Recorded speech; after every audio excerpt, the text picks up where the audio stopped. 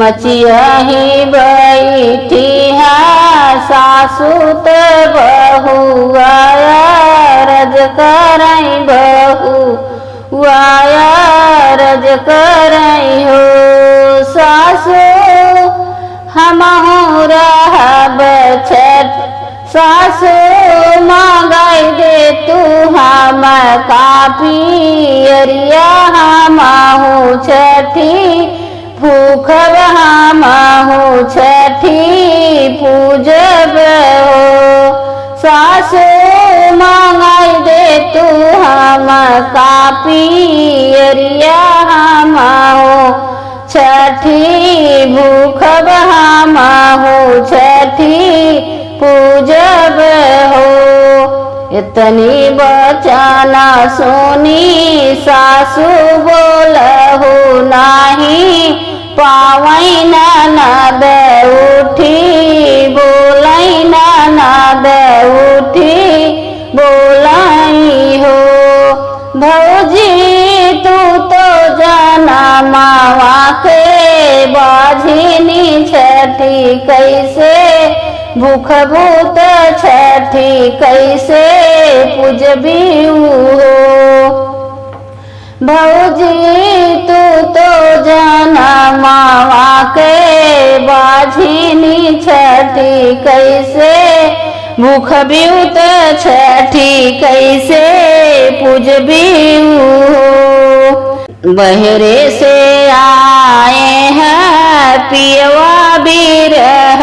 बोली बोलाई बिरह बोली बोलाई हो धना तू तो जनमावा के पापिनी बरत कैसे करबियू बरत कैसे करबियू हो 12 साल गए बीती बियहवा के तोहरे बियहवा के तोहरे नी हो धना नहीं देखियो लाल के मुख छठी कैसे पूजबियू छठी कैसे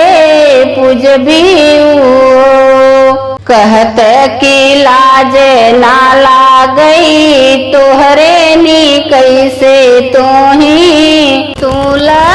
जान्यू त लाज नाही लागई लाज नाही लागई हो धना जाई के डूबी मरत्यूं त मुहा जिन देखौती मुहा जिन देखौती धना जाई के डूबी मरी जाती मुहा जिन देखौती मुहा जिन देखौती इतनी बचना सोनी धनिया त घरा से नी करी गई घरा से नी करी गई हो जाई पहुँची बाबा के दूरवा देवड़िया के ठड़ भाई देवड़ी के ठड़ भाई हो मैया खोल दे तू चंदन के वड़िया भीतरा चली आईती भीतर चली आईती हो इतनी बचना सुनी मैया त बेटी से पूछाई बेटी से पूछाई हो बेटी कमन तो है पड़ी गे कलेस अकेले तो ही आयु अकेले तो ही आयु हो मई सासु मोरी बोलई